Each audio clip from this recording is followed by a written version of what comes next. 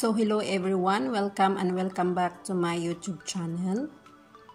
And for today's video, pag-uusapan natin kung ano nga ba yung mga possible question during employer's interview bound to Romania as DH. Pero bago natin sisimulan ang ating topic for today, kung hindi ka pa nakapag-subscribe ng aking YouTube channel, please do subscribe. Hit the notification bell for you to updated. Okay, pag-uusapan na natin mga posibleng tanong. Ang nangyari kasi sa akin ay nandun pa rin yung broker, tapos nasa tabi niya yung employer ko. So siguro nakasulat na yung mga posibleng itatanong kasi si broker lang naman din ang nagtatanong, nakikinig lang si employer.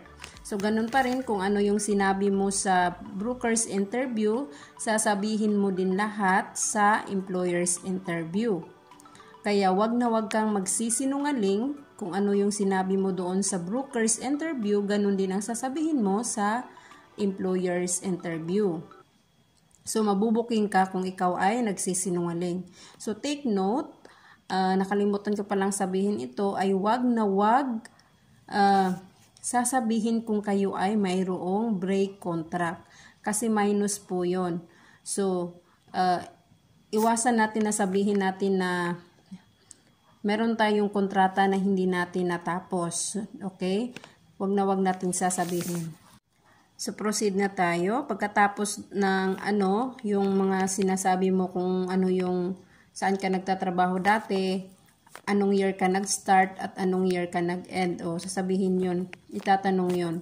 So, after that, ay mayroong mga senaryo na ibibigay sa'yo.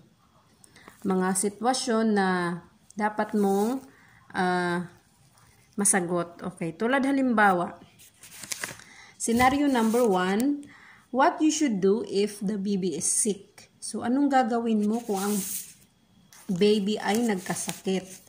So, ang sinabi ko lang naman ay, ang sagot ko sa scenario na yun ay to make the baby comfortable as possible, I offer plenty fluid because liquid is very important to avoid dehydration. And give them a medicine prescribed by the doctor or the parent consent. And give them healthy food so that the baby can recover from sickness. So, yun ang sinabi ko. So, next ay how you can manage your time with toddler and with your work. Tinanong din sa akin yan. So, ang sinabi ko doon ay, my first priority is to taking care of the kids or the baby. And my second is the work. When the baby is asleep, I can do my work. Ganun lang kasimple yung sinabi ko. Hindi masyadong mataas yung sagot ko. Ayos na yun. Next ay, what you should do if you're at the plaza with 2 child, ages 3 and 5, running with different direction. So, ang sinabi ko doon ay, hindi mo na ako nakasagot agad, nag-isip pa ako ng isasagot ko. Pero ang sinabi ko lang ay, I take that 3 years old, then I will run after to the 5 years old so that they can't go anywhere. So, yun lang ang sagot ko sa tanong na to, sa scenario na yan. So, next ay, you know how to cook. Sinabi ko lang naman, I know how to cook, but I cannot experience cooking about Romanian dish, but I am willing to learn. Yun lang ang sinabi ko. Pero alam ko kung paano magluto. Sinabi ko talaga yung totoo, dahil baka pagdating doon ay palutuin ako tapos hindi ko ma-perfect, diba?